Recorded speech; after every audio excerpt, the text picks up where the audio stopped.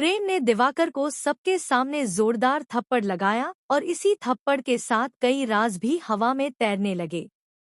आखिरकार प्रेम को यह सच्चाई पता चल ही गई कि राही के पीछे जिस दिवाकर को छोड़ा गया था, उसके पीछे का मास्टरमाइंड कोई और नहीं बल्कि गौतम था।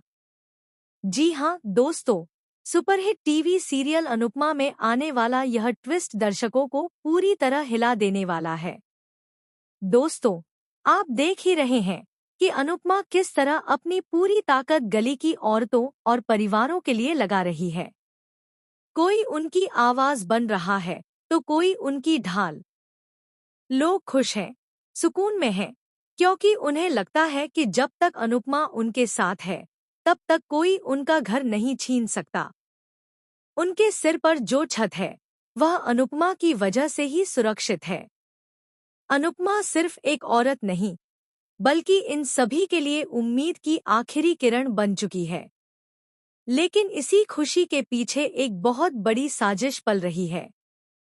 अनुपमा की ही दोस्त रजनी, जो बाहर से भले ही मददगार और सपोर्टिव दिखती है, लेकिन अंदर ही अंदर उसकी नीयत कुछ और ही है। रजनी किसी भी कीमत पर अनुपमा की ज़मीन हथियाना चाहती है। उसका सपना है कि इन गरीब लोगों को बेघर करके वहां आलीशान टावर खड़ा किया जाए, जहां सिर्फ पैसे वालों की एंट्री हो। और इसी सपने को पूरा करने के लिए रजनी ने गौतम के साथ हाथ मिला लिया है। इधर दूसरी तरफ कहानी में एंट्री होती है दिवाकर की, जो राही के प्यार में पूरी तरह पागल हो चुका है। यह सिर्फ प्यार नहीं बल्कि एक जुनून है, एक सनक है। राही को पाने के लिए वह किसी भी हद तक जाने को तैयार है। वह हर जगह राही को ढूंढता फिरता है, उसकी हर हरकत पर नजर रखता है। वह खुद को राही का सच्चा प्रेमी मान बैठा है, जबकि असल में वह एक खतरनाक साइको लवर है। यहीं से गौतम अपनी चाल चलता है। प्रेम और राही जब भारती की शादी में शामिल होने जाते हैं, तो गौतम जानबूझकर दिवाकर को वहां का पूरा पता दे देता है। वह जानता है कि दिवाकर क्या कर सकता है, लेकिन फिर भी वह सब कुछ देखना चाहता है।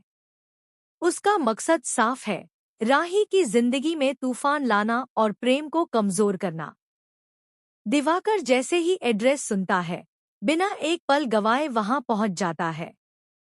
शादी का माहौल, भीड़ और शोर के बीच जैसे ही उसे राही अकेली दिखाई देती है, उसकी आंखों में अजीब सी चमक आ जाती है। वह राही के पास जाता है, उससे बदतमीजी